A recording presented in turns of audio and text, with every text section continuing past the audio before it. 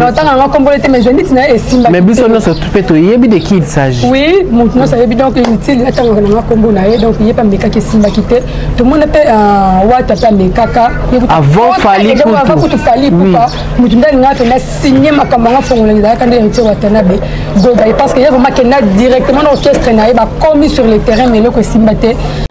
Bandana na boké toujours il y a une président ba combattre. D'abord, pour la boquette, on a monté mon toupon, cause de temps à répondre trop souriant, donc c'est inutile. Parce que boquette, le roi, ça, il s'est mis sauvé. Oh, papa, quoi. Moi, ma comédie, aussi. Qui disait le mot, ça bête, tout le monde a le roi vide, l'aime, t'as le bit, aussi, cannabis. Et puis, le message pour la boquette, tous ceux qui concertent Yahweh, en son zénith, c'est au bêta té. Ceux qui, si réellement, vraiment, est au bêta té, ils ont été pour la yo lobby.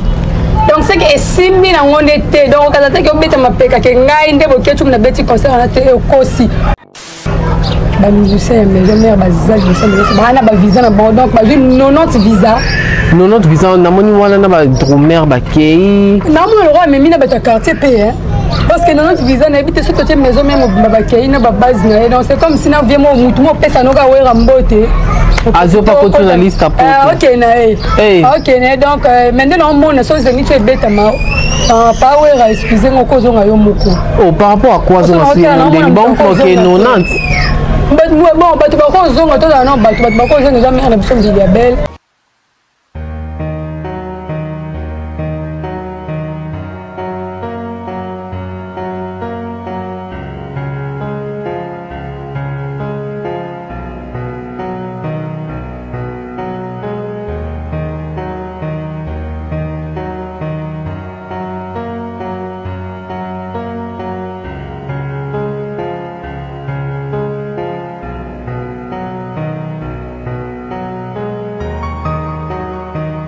Bonjour à vous très chers téléspectateurs, fidèles abonnés de Congo Source Télévision, donc de partout où vous nous suivez, c'est bel et bien moi Souleymane Konde des Passeports Rouges, en direct de Kinshasa, plus 243 Babi, Bana Congo, Bana Mboka, donc Makila et Longa toujours, et Rosimba et Gozoa. Donc toujours dans le cadre d'actualité, Lélo, moi Souleymane Konde des Passeports Rouges, je me retrouve encore devant vous parce que Babi Nganaya a mis pour l'actualité, quand Ndenge Zalara Babi Ranson Zénith de Paris, le 17 septembre. Mais reporté pour le 27 et les musiciens va voyager tout va voyager te bakete bakete Lorason Azaki na poto est-ce que zongi kin to zongité est-ce que mambuni nele kana lobby na maison Schengen kuna makambuni nele kaki donc l'information wana tout tozana ngo tozana muntu oyo aza penza na makambo wana tout ana ba bonne base aza penza bien informé na mbeli bino au nom de Selvin Ngoma la fleur sauvage donc Selvin Ngoma la fleur sauvage ndelelo trobeta maso na e donc Selvin Ngoma pona bat baebiete c'est une journaliste chroniqueuse sur YouTube à Salaratim Papier Abedi Télévision donc lelo na joué comme invité nanga en plus c'est une ex-danseuse donc à Ningisa donc de partout donc à TK déjà image donc fille déjà image et Kenda, image et Boakama donc waouh déjà y a ton donc les noms nazeli comme invité nanga Trobeta Masola ou Rason ya Zenith wana mais avant de commencer cette très belle émission peu avant na présenter invité nanga pena pesa ye maloba na robo sanate ko pesa mbote nanga na gérer c'est mboni moté makarine mboni depuis 001 donc babi maman paradis mère double na moni pe bongo trésor batanga mutnanga chiringi mbimote masara kateko Rita Mondele fille à neige na nuage combien konde bambote no je vois donc là aussi Palmira Babala ma tante chérie na peso bambote babi na Kinshasa awa soki wana besoin osomba terrain osomba lopango donc babi adresse yaka moko et pas verrer na masabu babi donc fima boaka mamwindu tongo donc yepe na mambwana sopeno ke pa na o ba escroka ki yo lopango o ba escroka ni ye pa na escroquerie zakate donc nyonso ko bima neti ngabo déjà na terrain donc 3 terrains déjà grâce na e donc merci beaucoup à toi ma grande sœur je vois aussi Rachel Mukuna na peso bambote na moni pe bongo Marino Soumaka ma copine de don na peso bambote yo ngwana donc voilà je m'en vais déjà avec la permission de mon caméraman dire bonjour à mon invité Selvin Ngoma bonjour. Bonjour passeport rouge le vrai. Boni le vrai bah comment moi belé bah passeport rouge mais le vrai passeport rouge Boni santé tout le monde déjà au bois qui pembe qui toko donc ici qui toko maquillage qui toko tout kaka ya ye moko ye meita nzambe a sala on kande to bisa o so ya na a répondre biso kande tout ça là donc grâce à elle on va sentir vraiment et ça vraiment moi bien mais grâce à elle mais t'as Nzambe bien la biso grâce à bien la biso moi santé ça moi bien comme papa elle mon corps va santé ça vraiment bien quoi. Donc voilà, toujours grâce à Nzambe, toujours grâce à Nkolo, toujours grâce à Nim Selvin Ngoma Babi yopé journaliste na YouTube sur Team Papier Béli Télévision. Juste pendant 2 minutes, pesa biso moi flash moi tweke. Ya musa non sur Team Papier Béli TV pesa biso moi goût et là on est poussé penga au commencer là musala oyo ya qui journalisme. Ok, merci beaucoup pour la parole. Pour les nos stars nanga star nanga na plateau Congo Source TV. Ouais, merci beaucoup pour la parole et puis surtout la question pour la merci. Selvin Ngoma au moni boye abota mana kombo ya Selvin Ngoma Ngoma ina komba famille. La fleur sauvage c'est vraiment surnom ngai quand de boyebi. Selvin Ngoma avant d'aller kana palais avant d'aka boye donc d'abord ça ezala dia ba rêve nangai voilà ba rêve donc déjà je me disais que non un jour je serai journaliste un jour quand déjà la monde nous passer 3e mois c'est ça au sani na vie au sani au sa section ni na tombaka directement na littéraire na vie normale il faut ça ka littéraire mais elle a ça littéraire wana je visais 2 choses ndolo baso na journaliste était c'est qu'il faut dans l'avocate mais elle a vendu n'est pas que ça droit elle a vendu le raisonner le monde a ba cabinet on eza na ngoti parce que conseil na ngaka ba nini ba sentiment boya pa na ba na ndako pa lobi na binisi mo cabinet biso basi mo matumu na weze ta mana ngana mamba basa na mutute matumu na weze wa okatele na bino na mitala na ba côté journalisme na mi boaka na ngana YouTube na ba côté kuna mais na vanda na ngai pona kota vraiment na masolonde na kota boye c'est grâce à elle mais il a profité na pesa ba mbote bisiko zami j'assile au sembe de bambongo babi le cœur de quelqu'un j'assile au sembe de bambongo depuis Suède de Stockholm ba mbote bisiko zami donc il y a grâce na yé yé mutabana kai avanda ka ba benga un jour abi Selvin na branché na makama mais est-ce que kokanga tuni ni est-ce que ça bien tsao ba travailler na chaîne non quelconque donc tourner des missions au Congo et quand on a beaucoup de politique on a vu non vu que on a politicien tout cas bon limbisa on a vraiment la politicien belle raté alors on bande le bande ma bête pour bâtir un craquer moment directement la police nous dit non c'est ça en tout cas politique non kokana voilà politique non kokate donc on a outa déjà dans monde on a préféré na ça na culture moi musique et bande ça na bien et sur la nanga ndo moni pe na kota pe nda ya ko benga boss na ngapati ya dedi ba mbote na biskozwani a branchanga na ye abedi pa lobi non ça mo vidéo mo boyo timbe ngai en tout cas la vidéo rouge selon ngai vraiment depuis na banda na musala vidéo na ngai on ko benga ko casting na on a ça pour na kota na Team Papier Béli TV na mona moza la meilleure vidéo de toutes vraiment oui parce que vidéo wana c'est tant que mosco oedi que oh no ya quand to tika save ba save ndeko malo kuta ba save ba mbi place mo sala noti ce qu'on a besoin on peut car na sokola na d'ailleurs sokola na continue que sokola sur des formes de téléphone bien ma casse na gelo ko place mo lumière et bête pas bien place aller la vidéo na loba na ça 150 vidéos de na ko sélectionner de la boss de papier B de père atala on validé datinda ngana to kutana ye moko notre ancien directeur et Tarek Ngang bisika zwani bambote na yo le richissime Tarigola richissime Tarigola bambote na bisika zwani na kutana pe na sauver na to kutana ba passoir vraiment après ça ngai penda sauver na boss na non ka fi o to zana za formidable na préférence moi to travailler ndo mo ba valida ma pe ne pe lelo to zio pe sur Congo Source Télévision en tant que star en tant que star en tant qu'invité na nga mingi liso na nga pena on a bengelo lelo sur Congo Source exact papa na biso ranson Bobby une fois de plus Zénith de Paris yo mon non ida Zénith en dernier est-ce que ezoate en tout cas en rouge pour nous directement clair biso tout est bête bando lila quoi ba Zénith est bête mali sous-souté ba tu bolé la c'est grâce à aimer aigle fali pour mta fongola qui nzela une fois de plus malgré ba msu ba ndimana bango te mais bolinga te ba chose à histoire te, on ne change pas l'équipe qui gagne jusqu'à présent Zakara Yem t'a gagné parce que si quand tout le monde a bagon nyos ba ota ba Zenit mais non simbité à part kaka ya aigle le tabeta ki tout le monde qui va musuko la yaki on ne pas citer les noms pour ko banga ya moi ma be pa na banga diano ko la moi li kofi tinga na mo banga na tanga nga kombo te mais Zenit na e simba mais biso no se tout to yebi de qui il s'agit oui maintenant ça yebi donc utile na tanga nga kombo na donc il y a pas meka qui simba kité tout le monde peut wata pa mekaka avant fallait avant que tu fallait pourquoi mutunda nga to na signer makamba nga fongola nga kandi héritier watanabe goda parce que y a vraiment que na directement l'orchestre na ba commis sur le terrain mais le ko simbate ba musana ba danseuse ba profiter na bango na poto moi tout na leader et ça la moi bien mais il fallait pour pas que tout le monde beta matin tout le monde peut président de biso faire na fallait na wera son ngama de la forêt oui dans nga ben pa wera donc tout le monde pas ngama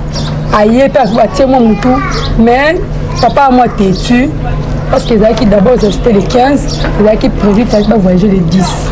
les 15 euros ratés bah comme sont les 17 bacs c'est juste 2 jours mais tout le monde peut être promis le 12 ans l'autre les quantités le 14 le 15 le 15 dans les 14 il y a lobby des programmes qui ont changé les sous et comme le 25 donc c'est la totale la casse. C'était prévu qu'il y ait un mboka non. Mais azong il se fêter. Moi azong c'était parce que vous la bango comme rapuna le 25 bon ba beta bango. Mais si ce qu'on a toujours ensuite sur bon kende camp. Mais ça va dur to qui baza déjà na ba visa na bango donc. Il va oboza besoin de vite on beta maté. Ba o pe boyo comme passe bolinga place qui raté. En tout cas on pona ngana le ba ça l'erreur. Erreur par rapport à quoi parce que le but est qui va nous bimaki que non bazaki soki na maison Schengen on dirait on est mingi bazi ba refi on dirait Abdul vend les millionnaires en culotte donc babi Abdul vend les millionnaires en culotte babi a voyager kenda un voyage c'est quoi visa c'est quoi passeport rouge monsieur wana yene mutabe a informer ngai a bisina que non c'est bien batika na bango nyo comme parce que au moment où le bano ba musicien mais jamais bazal de ça mais na ba visa na bon donc ba 90 visa 90 visa na moni wana na ba dromer ba kei na mo le roi mais mina ba ta quartier payé parce que 90 visa na habite sur côté maison même ba kei na ba base na donc c'est comme si na vient mo mutu mo pesa no ga wera mbote azo pas contre la liste pour OK na OK na donc maintenant on mona so zeni tu beta ma pas wera excusez-moi ko zo nga yo moko par rapport à quoi zo c'est bon pour que 90 bon bato bakozonga toza non bato bakozonga eza mare na biso mziliabel parce que peut dire messana nango wana temps nango te donc tolongola kutu kaka bango mais nango tia bango parce que baza parmi maman mziliabel pas parmi bainvité ya président werason toke mpe bafaire rigola ba non faire rigola azali invité te mais c'est nit oyo eza quand même moi nakobani eye na mwa révolution mwa boye parce que eye na réconciliation donc zeni te permettre au président ferena papa na ye werason basolola parce que toyebi ke bazalaki na mwa balingi okuti yosasamba te toyebi ke bazalaki vraiment na mwa baproblème mais zeni te permettre bango bayokana faire rigola aza invité te mais a lancé juste message na bagaulois donc disons on a bagaulois kaka te a lancé message na bato tout au balinga la bonne musique on nyonso abi kaza makila ba congolais on a ça la musique tout ça les la bango on a lancé message to soutenir Zenit ya werason parce que bato musu bazwaki message na ndeti soutien bongo bazwa ndeti que non par rapport à bamamde bando bimekete werason a invité qui fait rigolo on devait faire rigolo ndimi invitation fait aux à présent donc on appelle nous mo bimaki que héritier wata ABC c'est le scrum il faut ozala na Zenit ya papa c'est le scrum pa ABC so yo linga za na Zenit wana yo pe fo yo chava na album dynastie donc on est maman qui est maman vraiment que la banque parce que voilà pays où apprendre non mais selon de la yoki batu ba France batu ba sur le terrain la personne a ça la moto Fabrice Kaboubou avec KBK musique de makambo juste lelo ce matin à l'ipsina que non c'est le venu bi que côté za ko beba ma beto na Zenit wana wera batu nyonso côté ba parisien ba lingité animateur a wera na comment les ana c'est d'Angola reste d'Angola excusez moi za ko échapper ba limite ya beta na Zenit ba il faut kaka sele na roi David ndeba sala mambwana nandeni ba on déjà ba longwa on a pensé que réponse mais c'est en tout cas bon ba parisien ko excusez nga bo mesana na ngoda bo mesana on ka bon so Zenit beta maseke ezaka yende muto sala parce que yende mutana papa na minute yende ba fouter la billet aba musu bakinga na na bango mais soki baroya osala mo ba playback ko ande baninga pe baroya aya salimo loko de mo vika za ba crime yani bazala ba crime na baona kati orchestre voilà to boya te parce que yonde power a olinga nikolo on est vraiment le connaît Zénith ça va mais pour nous koloba kino bolingi te yende abeta Zénith yende animé bolinga ka sope nani c'est le scrum na roi David en tout cas wana boyo kama ba passe ma parce que bango daba lomba bon ça décide makasi mais to kapé oui to kapé de l'autre côté combattant na biso les plus célèbres au biso tout oyebi bokechu wa yambo bokechu premier abi ceux qui concerne ana were betami loba ya kufi donc hier au banda désordre de 5 heures si wera ya kakotara na ça donc il da banda désordre donc concert wana ezalate abi tout à concert wana betamate. En tout cas, message pour nous. Mais on le banni par rapport à ça, combattant des bazarons qui combattant et amsala na bango. Musicien peut ensemble amsala na bango mingi. Ba chauffeur ba ensemble amsala na bango. Mais pourquoi kaka ko caler ba musicien ba concert na bango ba beta roté. Vraiment vraiment le lot vraiment na le bango le monde. Bandana na boké tu vois yo ni tout chose ba combattant. D'abord pour la boké tu vois monter mutu pena cause attendre à répondre trop furieux donc c'est inutile parce que boké tu le roi ça il n'est sobé. Par rapport à biso moi ba comédie to c'est qui deuxième moi ça bête tout le monde a le vidéo le talobi to c'est canabiso et puis message pour n'importe tout ceux qui concert ya ouais en son Zénith c'est bêta té ceux qui si réellement vraiment éco bêta té ça on était pour la yo lobby donc c'est que si mina on était donc quand attaque bêta ma peka que ngai nde boké tu na bêti concert na té aussi parce que il y a un combattant moko hein le chef de combattant le combo n'était vraiment na qui pas qui ont vraiment été pour la landela alors c'est vraiment message na yé et vraiment tellement qui liboso nzungu à lobby avec beaucoup culture qui neige concert ya ouais ensemble et kobeta bayende mta valida on est pasaka combattant abi na valida ngo auba outi je crois mon ndé ba combattant ba comment ba groupe belé hein oui ndé pe na ngapé pe na moni hein na kipa mo na bango te ndé na moni c'est comme si ba comme belé mon mtoya na mo ba idée ne parce que vraiment le baka yibo matabo qui ta concert ouais ensemble kobeta parce que yé ayana batu na yé bon tel wana o nyonso o meka en tout cas za yo aussi na biloko papa biso papi a beja sala donc to mona to risque to biloko wana liboso nini liboso Zénith vraiment donc na mona kande za bitumba donc voilà donc ba combattant s'il vous plaît toi ba congolais mboka o bo excusez nga ba konza mboka ba to ba kanda mboka bo excusez nga mboka o déjà to kufakala c'est ça déjà to kufala biso kala nyonso na mboka déjà débat au courant to comment bondela mai to comment bondela misala to comment bondela ko lia ko mela voix même ko lata to comment bondela donc to tika la moi musique to message sur la musique ne biso na moi nzala na o tima musique ne ndako yo ki musique ya mveni no ba combattre ko biso boti ko disturb biso bino kuna bozana bino bovanda live boya ko bibisela ba mabatu makam bato no bo beta ba musique wana na téléphone no za musique a sonnerie ne beta na téléphone no kaya bango eza ba sonnerie na bango apo ya boyo ça mérite boya ko lukambo ba pesa bonbon bon baba hypocrite baba hypocrite Selvin Ngoma to continue na biso tozo kende tout droit vers la fin to cheminer malembe pour na yo pe concert ya we ranson so ebeti lelo na Zénith wana admettons que concert ebeti we ranson oyemba neti nzemboni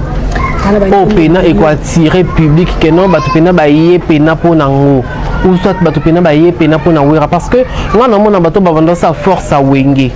mingi déjà balongwa omoni non mona pena te force nini opération na ngo pena oyo o memela Zénith wana esali pe plein et beti pe pena plein pena ko to le ba pan que te Zénith awera 100% ezwaki en tout cas naïb ça va ba fan ba abonné ya bino pe ba tout nyonso ba ngala bonne musique concert apporté za le roi ya biso ate biso bato ya kato sombi billet sur place bato bazara nango java eza bato bazara invitation na poto so ba proclamer concert les 10 peut-être ya mois prochain peut-être ba banda déjà côté ka billet ba 3 mois avant ba msuto ka le mystérieux Michael Jackson ya zara na concert ka beta bateka billet ba 6 ans avant mais elle a confié ba rembourser ba tumbongo na ezwa donc ya wera son te so landa ki message ya lobby elle balance qui ba ki concert est reporté pour le 25 septembre mais ce qui concert est bêti ou pas jusqu'à présent bien bango ils ont validé on a besoin de rembourser bien et bon rembourser donc on a ce comme il y a basoki bon on a déjà doute moi écoute oui on a balancer qui bon on va qui concert le 25 mais jusqu'à présent billet dans validé billet annulé on a sa bication bien et so comme on a besoin de c'est bien au kinde bazon ici donc il y en a bi que bilo libande za lokwa biso ate ya on a le baké biso na kongonya so de ko faka donc botika biso to meka ko sepela ta libanda to lukata mona parce que ba combattre personne to ma musique on a mon solo bon ça t'es pas obligé on a comment couple mieux comment on aura ba musicien bon ça l'assemblée hollande là on comprend moi donc couple ba pe ngwana musala bulo bulo pe ngwana so ba mission ba c'est geste ba bito ya sou porto pété to fa to kanso maboko bo za ngana pe musala le suyo sala parce que on de ba client na bino ba za ngana lo ko sala donc botika ko sala ba assemblée na botika ba ba beta ba ko sala ba et puis pour la bateau ba le ba ke we kanso na ko beta ni na zeni bon ça besoin ndeti we rasani question de poser bateau ba lu ko bo za besoin we ra asala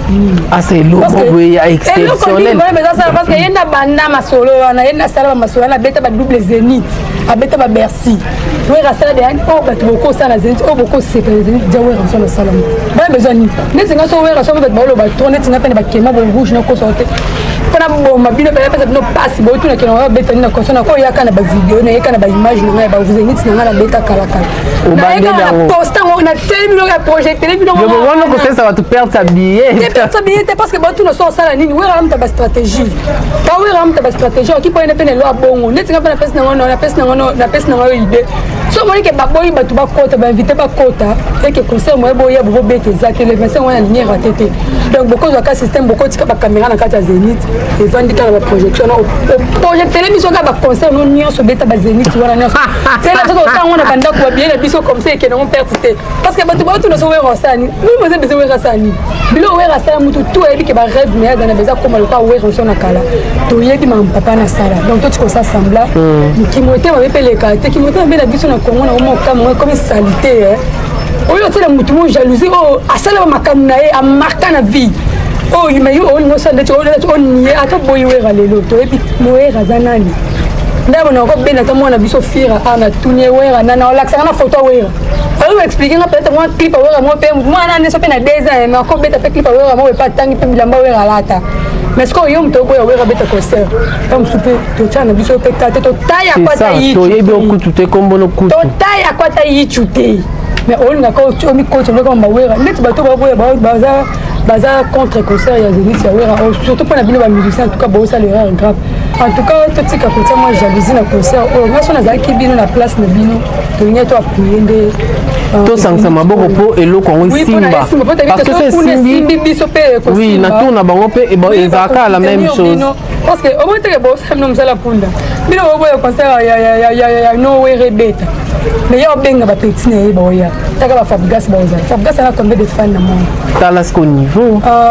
mais en quelque sorte papa na biso we ensemble on dira yebi que na yé moko be force ezati ya wana bengi si bana ko bana na ba pese mo force to comprendre we ensemble c'est un phénomène quand de moi mi benga ka bango ba ya ka peut-être we observe le mo bo mi ya la ki ba musa ko se ko limité donc ya ça on tena nyo so pa ebite que so ki ngapo ako tellement ra yemo pa beti pe lo pesali ako ça non pe na ki yemo ko pe créer ka blo mo mais elle a 27 à l'heure bino pour simba pendant 100% il faut na benda bana parce que tana bengi no Fabgas na combien de fans mutu mususu pa weli sana ya kapona yoke lo ni Fabgas sana c'est ça na vivre en live mutu mususu linga na ya na ye bakaka hérité watana be osala nini le bile belle a osala nini na Zénith wana letala nza iko nyoka lo on est bina mo mkongo ko ba en live ba betela liso tena ninga na ndako tena ko buka kiti bon taba biloko na nyosa ikisanga ba ono subasala sana za jaidani bazana idée na te malgré bazana Zénith mo metala présent ouais ranson la dernière minute moment idée moment et inspiration bimi habité faut frapper na ba porte ça bangité a te qui était qui wera te qui ninité en tout cas buki motap abengi bana na itu abengi mutu nyosa te pena maboko fongama ko pa ko alinga ya na aena kutu ndeto ka bolo ba to comme on a pu moi faire rigoler la soutenir ni inviter à surprise c'est ça que tu as wana de no mais ya bandakala on ne pas de mimba pourquoi pas brigade taka yaza na Bruxelles donc ko beta pe blo moi nini ka wana ka Paris ba ko abimine ba yana ba te belé o pe ba oza besoin pe mambani simba surtout mingi na bana na ye ba o bazaza ba banda kuna ba la besoin et simba parce que biki ko zongi sa bango pe na actualité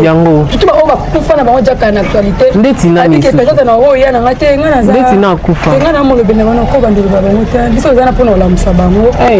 donc toi za pona la musabango rouge passeport rouge elle est vrai ba bien no signalement ba rando wana eso banga sima kamtaka basato mais ça n'y a pas non eza ba msuba kufa vraiment na actualité bakufa boete dans esprit bakufa na actualité donc bazala lisute succès ça succès exacté on a c'est le hôtel bon on a évité mais c'est là on a moyen dernièrement à auto na mona ki azonga na actualité on ba ina na aigle non c'est que j'ai des il pas en nini il pas en Zénith mais j'ai des tas à Anakin président j'ai des tas à Anakin babo tu n'as parce qu'on a wakufa bo idée la coste l'idée la coste à Paris oui mais à invité na comme ça encore il y a une surprise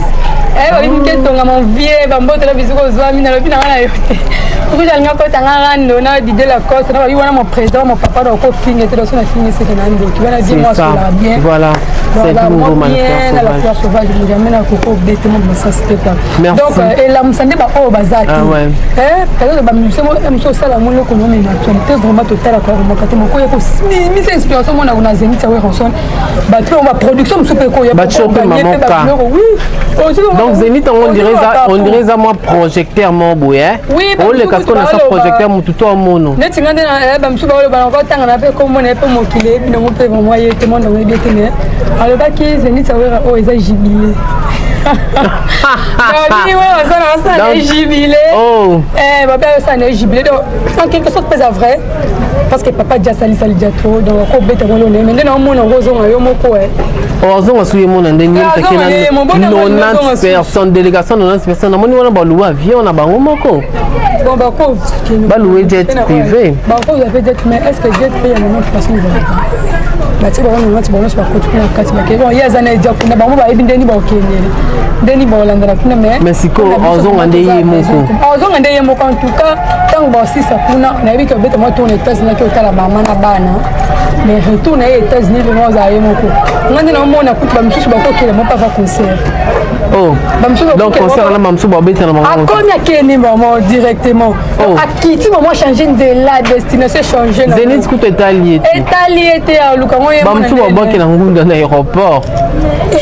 bamsu ba baka da a na aéroport ndili da ba ngunda na bango déjà ezela bango ka jour ki na blende ngaki oui ça na mona mtozo ngate ko excusez-moi comment na moni bien mozo ngate papi ka kolte bika kendaka déjà zongoka akendaka zongoka linda mondele ku États-Unis akendaka zongoka donc dai ba toto lo bela azalo na souci vraiment ya musique ano na nzala poto aza carrière aza souci carrière na on commence na vraiment tala mais je mets même le monde a peine poto te moi bi ke ba chance msupe na vie faut saisir et ya kamba moko beta tout le musi ya zaza ya kamba moko ba sisa pena ko sisa pena ya kena et donc même pona ngai vraiment to bi des anons petit ça massa ouais c'est nous donc voilà to comme chuter na biso au petit mot de la fin no pe au petit bambote no mba moko pour to comme vraiment la suke émission na biso kitoko oyo na Congo sur cette télévision ouais mot de la fin na mingi les aka de leur faire message na ba sur ba la bonne musique en tout cas to soutenir président la biso ouais on sonne tout ce qui monte à ma bé tout les écoutes ça le pour les appliquer pour honneur na biso pour honneur à Congo pour la musique à qui sont ça ba bi ke Zénith wana de RDC mte ningi no ba bi ke ba musique Congo de ba ningi sango parce que wota non phénomène ba blo asala na ba Zénith na so ba na bateau du so bengi wana donc tu ba blo ni no préparer pour la bimse ça tu ba za mta ba surprise comme c'est pas le moment fait tomboli mbala mako Congo taka Congo de ku faire tout mon bateau tombe maka na musique donc tout soutenir Zénith vraiment pour la tout quand ba prière na Zénith beta Zénith et Simba donc ba reportons le soutien c'est 25 septembre pour recevoir la Zénith préparé donc boli maté et ko Simba wana message na ngai et pour bambote na la personne que ça na ba moi ba lina kana ya wa bota selfie ngomba la fleur c'est vrai ba maman Jeannette Mindi ngomba na papa Clément ngomba donc ye papa moko il passe na ngata to bota mané même date même heure, même jour, différence quand il y a donc voilà vraiment il passe à mon papa chéri Clément Ngoma bambote jusqu'au jour babi na pesi mbote na famille ngoma mobimba na libi ma grande sœur chérie tete ngoma na kata kisangani babi fala ngoma motema ya docteur babi motema docteur Philippe maman la Gracel na Axel bambote jusqu'au jour babi Rachel Kabanza ma copine privée babi Sophia Moke ma petite privée bambote jusqu'au jour babi verre na masabuba moi ça mwindu mtatika pembe na défaut bambote na bisiko zwami babi ela mwana bisala munoko ala babi ofira bambote bisika bozwami bambote na bato nyonso balingaka savi ngoma ya fleur sauvage babi Abdoul Vondo le millionnaire en culotte babi ye moko je sais moi asolaka bien abetaka bien na bakonka mamo lisola mwa bien donc asolaka nanga bien yanga mpe nasolina bien babi guide digital gigola bambote na bisika bozwami babi Ferrari na kati ya jet bambote na bisika bozwami yango Gino Liaki on dirait babengani bango chefali donc oui babengani bato chefali babengani bango te babengani ba fiston coloqué donc bami de la Thaïlande babengani bango donc Gino Liaki pour l'histoire na biso lelo te sabili ngoma merci beaucoup na yo pour la présence no pour nous répondre agréablement l'invitation na biso donc to comme vraiment na sous émission boni kuna bino beaux avions à biso pe toi avion donc voilà toi qui toko makas avec Selvin Ngoma na Jonathan Ilunga babi na mopanzi pe toi na ya verre na masabu babi Ketia donc Ketia na ngo kutu zambe na ngai Jésus bato baleki belé na moni bongo Rachel Kabanza na peso bambote je vois donc vous êtes tellement nombreux NK Pro derrière la caméra. Quant à moi je vous dis au revoir, retrouvons-nous au prochain numéro. Je vous aime beaucoup, bisous et bye.